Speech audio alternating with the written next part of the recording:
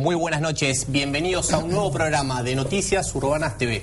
Mire, si debiéramos ponerle un título de la semana que pasó, sería Seguimos apilando problemas. O sea, al dólar, a la caída de reservas, a la inflación, a la caída de la actividad, a la recesión y a la crisis automotriz, también recordemos. ¿Qué le sumamos ahora? Fondos buitres.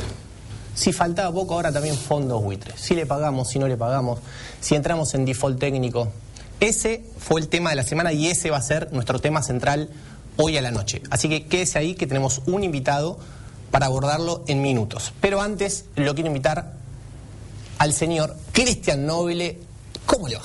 ¿Cómo anda, Norman? Buenas noches a todos. Vamos a tratar de ponerle un poco de onda, un poco de una sonrisa para que la gente se vaya a la casa a dormir se vaya a dormir bien, relajado y sobre todo informado en este clásico de la política sub-35, como siempre decimos, de cada domingo. Vamos a ver la tapa de Noticias Urbanas de esta semana. Es. Un tema también de agenda, que lo solapaste. Y bueno, a ver, mundial, señores. Todo es una pelota de fútbol ahora. La verdad que el tema está vudú, campañol y holdouts, pero el mundial está por encima de todo. Fútbol y poder, el botín de oro. Norman, ¿cómo es la cuestión acá? ¿Los políticos quieren sacarle rédito al mundial? ¿Se puede en este contexto? ¿O te parece que la coyuntura política económica está de alguna manera tapando el espíritu mundialero? El tema del informe de la tapa básicamente es los negocios que hay detrás del fútbol, de la Copa del Mundo. Es una investigación muy minuciosa, perdón. La verdad que es súper recomendable, es una gran investigación de nuestro equipo. Bien, buenísimo. Bueno, a ver, decíamos en el comienzo que el tema son los holdouts, ¿no? ¿Por dónde empezamos? ¿Por dónde empezamos? Porque, a ver, ¿se le va a pagar? ¿No se le va a pagar? Estamos quebrados. La posición del gobierno es medio rara, ¿no? Las conferencias no terminan de explicar absolutamente nada. Bueno, tenemos invitado al dirigente del Partido Obrero, Jorge Altamira. Altamira, ¿cómo le va? Buenas noches. ¿Qué tal? ¿Cómo están ustedes? Yo le soy sincero, no tengo claro si estamos negociando o si el gobierno está a la deriva. Probablemente haya de las dos cosas. Seguramente está negociando, porque en definitiva cualquier gobierno, y este gobierno también, se mueve en un medio social que le está diciendo, mirá, tenés que negociar, y eso lo repite toda la oposición. Un rasgo característico de la actual situación es que toda la oposición tradicional, naturalmente con excepción del Frente de Izquierda, del Partido Obrero, está a favor de la negociación. Salió y todo. dice, Macri, Massa, UNEN, absolutamente todos viajaron. Ahora, cuando mañana hay un problema laboral justificado, no se juntan todos para decir tienen razón los trabajadores. Por ejemplo, que están. Cualquier conflicto laboral. Esto me parece importante marcarlo, porque antes de considerar la mayor o menor justicia de un campo del otro, la pelota siempre cae del otro lado. Es decir, si el que reclama está en Nueva York y es un grupo económico importante, se la lleva. Ahora, si el que está acá es un laburante, no. Por ejemplo, tomemos un problema de derecho, jurídico. Uno aportó durante los años que corresponden para jubilarse, pero no tiene después el 82% móvil. Sí, claro. Tiene 2.770 o lo que fuere, no tiene lo que se ha establecido como norma, que en el caso del sistema previsional argentino es una jubilación determinada. Es decir, que no está indeterminada en el sentido que depende de la renta que haya dado, digamos, esa contribución. Entonces acá se viola un contrato. Ahora, el que sale perjudicado de esa violación de contrato es un laburante. Bueno, muy bien, hay que comprender la situación del país, hicimos todo lo posible, nos dejaron un país en ruina, nosotros estamos levantando. Vienen los otros. No, bueno, nos vamos a aislar del mundo. Eso no se puede hacer. ¿La situación no es tan inquietante como dice el gobierno que es? Hay como una situación de estamos al borde del abismo. No, el gobierno ha creado las condiciones para pagarle con todos los fondos buitres. ¿Por qué ha creado esas condiciones? Porque fíjense qué anomalía o qué contradicción, qué paradoja, mejor. Argentina tiene una deuda pública que se aproxima a los 300.000 millones de dólares. Sí. Sin embargo, la deuda externa con los particulares del exterior ha quedado reducida. De manera que, teniendo una deuda pública tremenda, en el mercado hay escasez de títulos argentinos. ¿Se entiende o no? Hay gente que quisiera comprar títulos argentinos y no hay tantos títulos argentinos en un país que tiene un montón de títulos porque tiene 300.000 millones de deuda pública. ¿Dónde están esos títulos? En la ANSES, en el Banco Central, en la lotería. Es decir, lo que nosotros habíamos llamado que la deuda externa la están pagando los trabajadores, con los ahorros previsionales, o el Banco Nación, o bueno, incluso el PAMI. Pero ¿y esa plata dónde está, Jorge? Esa plata se pidió. ¿Qué se hizo con eso? No, ese es el punto. Déjame completar, digamos, esta idea. Entonces, que ha creado una situación en que si ahora se les pagara a los fondos buitres, se equilibraría el mercado. Habría, como los fondos de Repsol, ¿vieron que lo que se le pagó a Repsol? Sí, claro. Repsol no tuvo dificultad en venderlo. ¿Por qué no tuvo dificultad en venderlo? Porque hay demandantes de título Argentina. Con lo cual, el pago ahora a los fondos buitres es funcional a un interés del mercado de tener bonos, no solo funcionan los propios fondos buitres. ¿Se entiende o no? Ahora, la deuda real no es la deuda en dólares o en divisas con los particulares. En primer lugar, la deuda externa es toda deuda en divisas. Porque es en una moneda que no es la nuestra y que el Banco Central nunca va a poder redimir con los recursos propios del Banco Central, que es la emisión monetaria. Y no lo tengan en cuenta. Están en la mitad de las tenencias del Fondo de Sustentabilidad del ANSES en títulos, son títulos en dólares, más de la mitad, un 60%, que el gobierno no los vuelca al mercado, los retiene y crea esa escasez para que suban los títulos y para que se los compre. Entonces acá hay un gran negociado y el conjunto de los intereses que apoyan al gobierno dicen tenés que pagar. Y el gobierno va a pagar, no cabe ninguna duda. Hoy escuché a un representante de Puente que ha estado en esto apoyando al gobierno en todo, diciendo hay que pagar. Por lo tanto, digamos, la base económica del gobierno está empujando para pagar y van a pagar, y con esto se cae completamente el relato por una razón fundamental, porque estamos cometiendo todos un error muy grande en este debate al considerar el último tramo de la historia.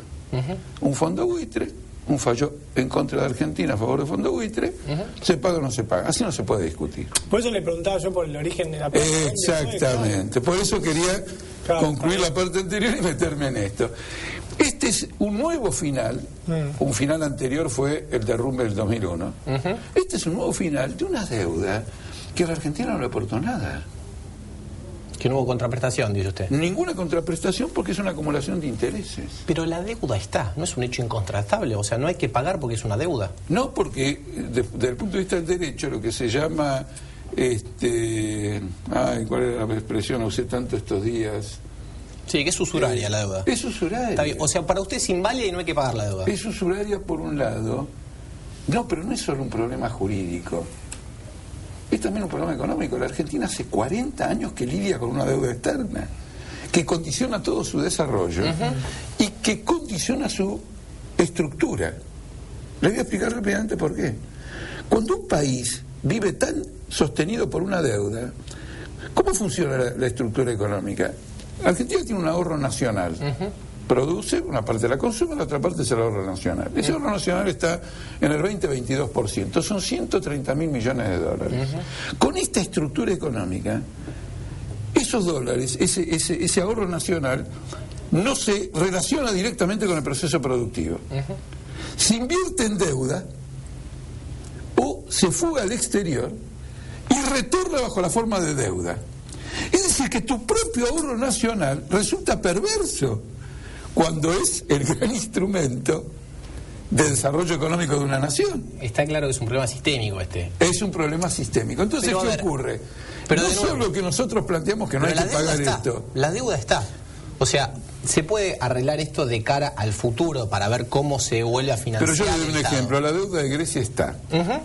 En el último reestructuración, Angela Merkel dijo, acá van a tener que pagar los bonistas, por lo menos una parte. Naturalmente se insurgieron y ella dijo, esto no es sí o sí, e impuso a todos la aceptación de una fuerte quita sin bonos del PBI, sin cupones del PBI, sin compensación. Que se lo va a costar bastante. Y era una deuda. Pero de lo contrario, Grecia entraba en el default y se venía bajo el euro. Entonces hay necesidades estratégicas, necesidad del conjunto de la economía, la educación, la salud, los trabajadores, los salarios, que es lo que debe determinar un estadista. Quiero decir, que quiere dirigir un país, el partido, la fuerza política que quiere dirigir un país, tiene que tener en cuenta el conjunto de los intereses del país y no repetir el libreto que le dictan otros con argumentos que pueden ser relativamente lógicos, pero que en el contexto son falaces. Pero Cristian, seguramente vos también escucharás lo mismo. En el frente externo dice, si no resolvés el frente externo, no te llegan las inversiones. Claro, no hay inversiones. ¿Cómo le vamos a pagar? ¿Dónde están las inversiones? No van a venir nunca las inversiones. A ver, teníamos 8.000 millones de dólares con Isabelita, 42.000 cuando estaba Viñone, y ahora tenemos una deuda pública, el 75% en dólares, 300.000 millones de dólares. Digo porque como es deuda pública hay deuda en pesos, etcétera. ¿Y qué vieron ustedes? ¿Ustedes qué vieron? ¿Vieron grandes construcciones? ¿Hay una revolución? Miren, yo hace muchos años trabajé para una revista de circulación y un día la empresa me encargó una nota de tapa, una investigación de tapa. La Argentina de aquí a 30 años. Entonces tuve que tomar el trabajo de averiguar cuáles eran los planes de desarrollo rama por rama. Yo me acuerdo en particular de la energía nuclear. Pero estamos en el mismo lugar. No pasa nada. En el mismo lugar en 30 años. No es que yo soy partidario de la energía nuclear. Quiero decir, al tener que hacer una investigación de perspectivas... Sí, que no hay planeamiento, dice usted. De planeamiento me informé de todo lo que estaba previsto. Podemos aprovecharlo, Altamira. Faltan aproximadamente 11 meses para las elecciones en Salta. Sí, no nos olvidemos, pasa todo tan rápido, pero a usted le fue muy bien. ¿Están preparando un plan de gobierno? ¿Están empezando a construir? Usted dice 11 meses porque adelantan, porque claro, son en parece abril. Que quieren adelantar abril. No, es en abril. ¿Está confirmado? ¿Está preparada la izquierda para gobernar una provincia? Bueno, ocurre lo siguiente, nosotros ya hemos presentado todos nuestros proyectos. Es una cosa que yo señalé muy particularmente en una gira que hice por el departamento de Orán. El departamento de Orán vive una desocupación de características muy especiales porque ha habido una gran expulsión de agricultores con el tema del biodiesel. Entonces vos tenés una desocupación de gente muy capaz para la agricultura que no tiene futuro. Esto es un caldo de cultivo para lo que todos sabemos que ocurre en la frontera norte de Argentina, ¿no es cierto? El tema del narcotráfico, en el sentido que si no tenés trabajo, haces changas, contrabandeando, lo que fuera, etcétera. Entonces nosotros planteamos todo un debate y dijimos que si ganábamos, por ejemplo, podíamos haber ganado el municipio de Colonia Santa Rosa, donde hay muchos agricultores. Entonces yo dije, mire, ¿qué pasa si ganamos? Nos hacemos cargo del municipio, etcétera.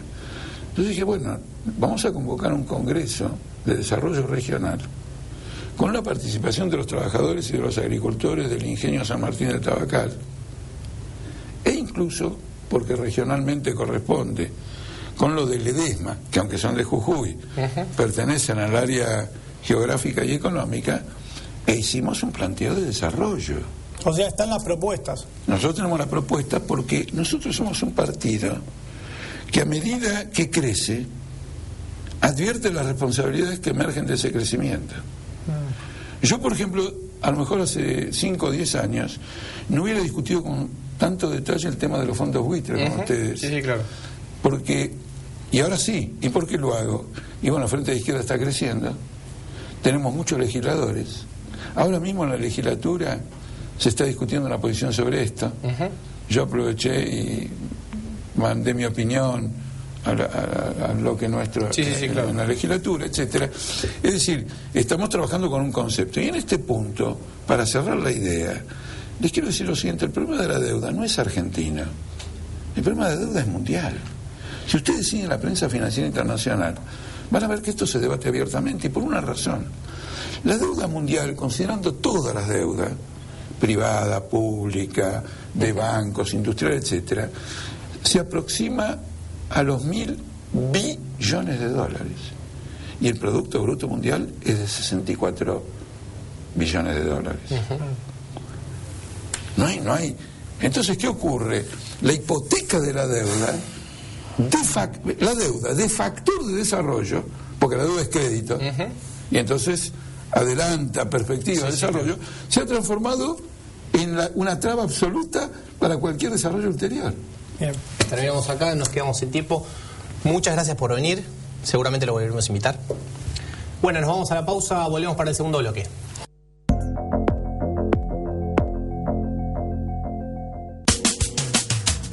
¿Sabías que la legislatura fue declarada Monumento Histórico Nacional por el Decreto Presidencial 1495 del año 2011? Legislatura de la Ciudad Autónoma de Buenos Aires. Monumento Histórico Nacional. Tu voz en la ciudad.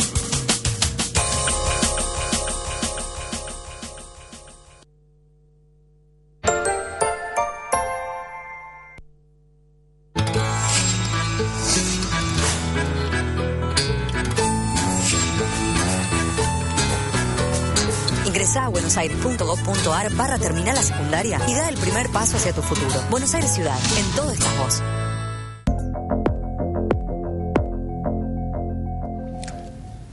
Bueno, estamos acá de vuelta, segundo bloque. Ahora lo tenemos de invitado al defensor general del Ministerio Público, Horacio Corti. Corti, buenas noches, ¿cómo le va? Bien, buenas noches, muy bien. La otra vez tuvimos días atrás la oportunidad de hacer una entrevista para el semanario en la contratapa. Y me llamó la atención una definición que dio usted. Se la leo. A ver. El derecho a la vivienda parece un derecho secundario. Transformarlo es prioritario, forma parte de la batalla cultural. ¿Por qué es secundario? No digo que es secundario, sino que para toda la tradición jurídica en la cual se han formado todos los operadores jurídicos y políticos, el derecho a la vivienda se pensó de forma secundaria. ¿Qué quiero decir con esto? En toda la tradición jurídico-política ha habido una centralidad, en realidad, de dos derechos que son centrales en la Constitución liberal, que es la libertad y la propiedad. Las diferentes libertades, originariamente las libertades de pensamiento, de religiosa, de culto, etcétera, y la propiedad. Entonces, proteger los derechos de las personas, tradicionalmente, lo que es paradigmático es proteger las libertades y la propiedad. En esa forma se constituyó nuestro sistema constitucional y nuestro sistema político. Evidentemente el derecho a la vivienda también tiene una larga historia política, jurídica y social, pero nunca ha logrado tener el primer plano que creo que merece tener en comparación con aquellos dos. Sí, yo le pregunto básicamente, a ver, Cristian, por temas que hemos abordado en las últimas semanas. Tuvimos un campamento en el Obelisco que duró más de 50 días. Campamento villero. Por un reclamo, por urbanización de villas. Y seguimos con la toma en Lugano, que aún no se resuelve y que va acumulando causas penales, ya son 3. Está más complicado el asunto. Claramente el problema habitacional en la ciudad existe y es importante. Bueno, totalmente. Es una realidad, es una problemática estructural de la ciudad de Buenos Aires. Todo lo relativo a la vivienda de las personas en realidad es una problemática más profunda porque es una problemática urbana.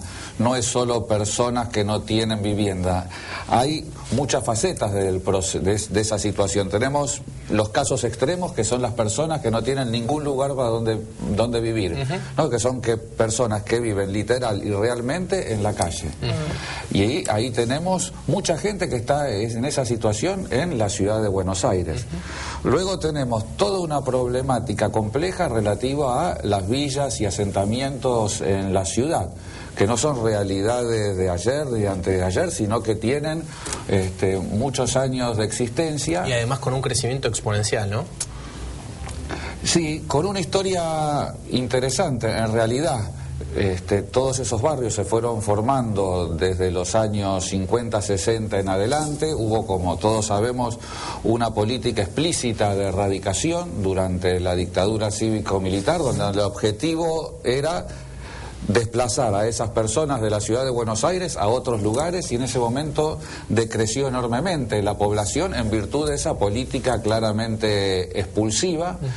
Y luego, desde la democracia, esa población va creciendo y ha crecido enormemente como consecuencia, bueno, de dos fenómenos, ¿no? Las políticas de exclusión social de los años 90 y luego la crisis de todo ese modelo económico, político y social que estuvo implicado en la crisis del año 2001, y ahí enormemente ha crecido la población en estas villas, asentamientos, y van creciendo año tras año. Acá tenemos un sinnúmero de problemas diferentes, ¿no? Porque, bueno, en primer lugar es personas que están asentados en un lugar y buscan legítimamente tener su lugar en donde vivir. En segundo lugar, el acceso a todos los servicios públicos, como cualquier otra persona que vive en la ciudad. En tercer lugar, la integración real, social, cultural y humana con el resto de la ciudad. No pueden ser pensados las villas como lugares que están aislados. Es el famoso reclamo de la urbanización, claro, ¿no? Lógico. Exactamente. Horacio, aprovecho tu formación recién antes en la tanda hablábamos de la formación de cada uno, la formación teórica, venís del derecho, y tengo una pregunta un poco más filosófica. ¿Qué nos pasa a los argentinos con la ley? Nos cuesta mucho, ¿no?, cumplir la ley, no nos gusta la ley. Se ríe. Tiene que responder usted. No sé si es una cuestión puramente argentina, ¿no? ¿Le apego a la norma?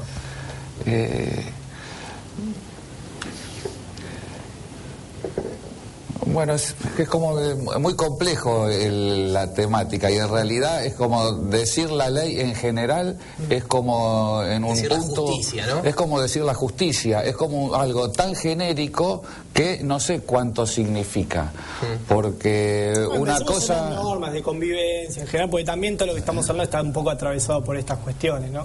Estamos hablando de lugares de mucha conflictividad social, donde obviamente las normas y las leyes, digamos, que rigen un poco la vida cotidiana, evidentemente no se cumplen y son zonas donde hay delito, marginalidad y demás.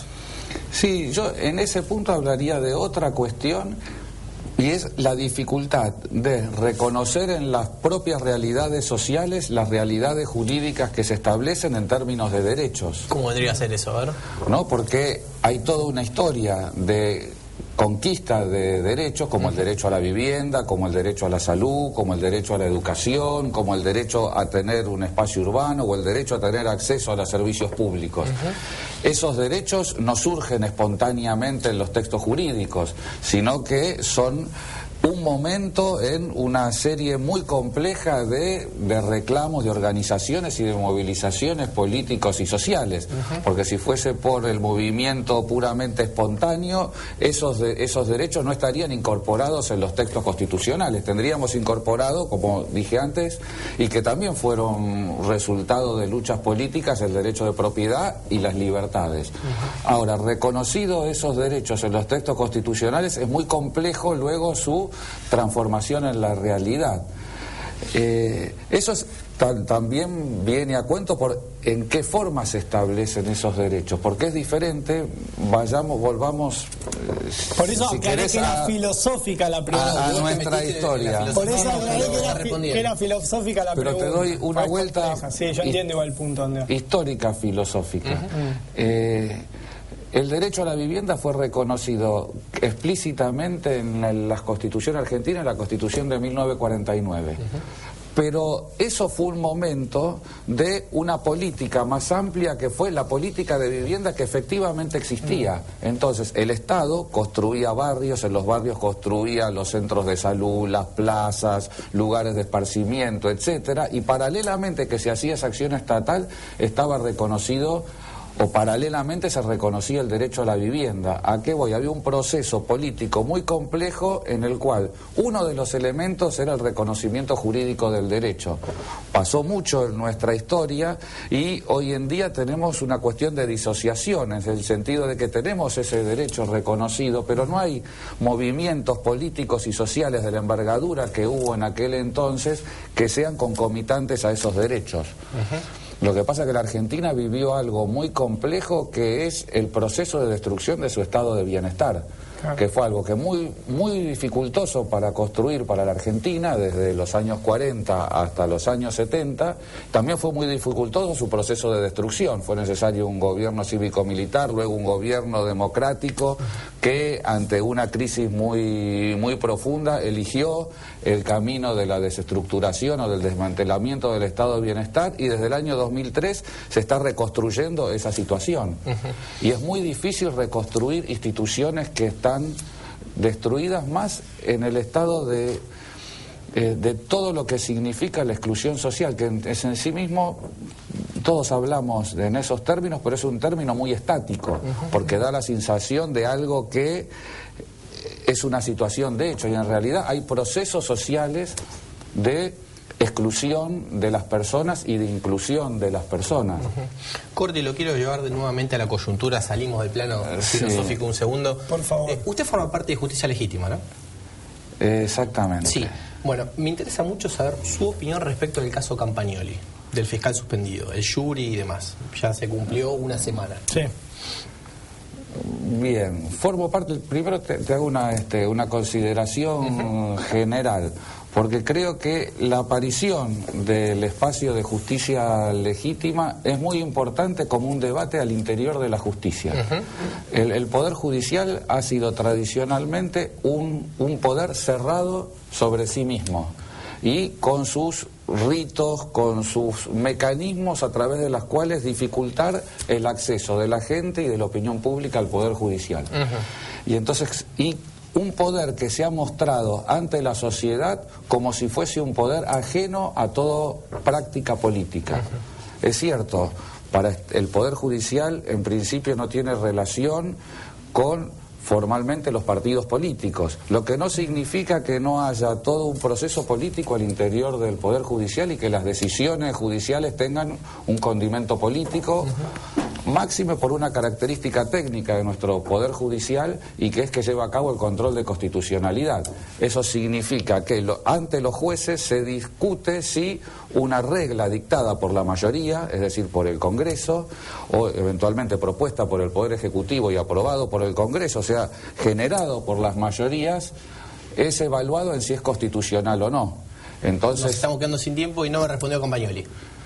Sí, te respondo que ahí están funcionando los procedimientos institucionales y es algo muy normal. Hay una situación de jury y veremos qué es lo que sucede. Bueno, Corti, muchas gracias por acercarse y venir a explicarnos de todo un poco, ¿no? Muy interesante, como si nos queda corto este programa, Norman. Como siempre. ¿Cuándo podés gestionar? Sí, me quedé para hablar de mi función ahora, específica. Cuando cerramos, seguimos. Sí.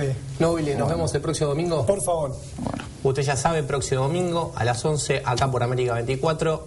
Que tenga una muy buena semana.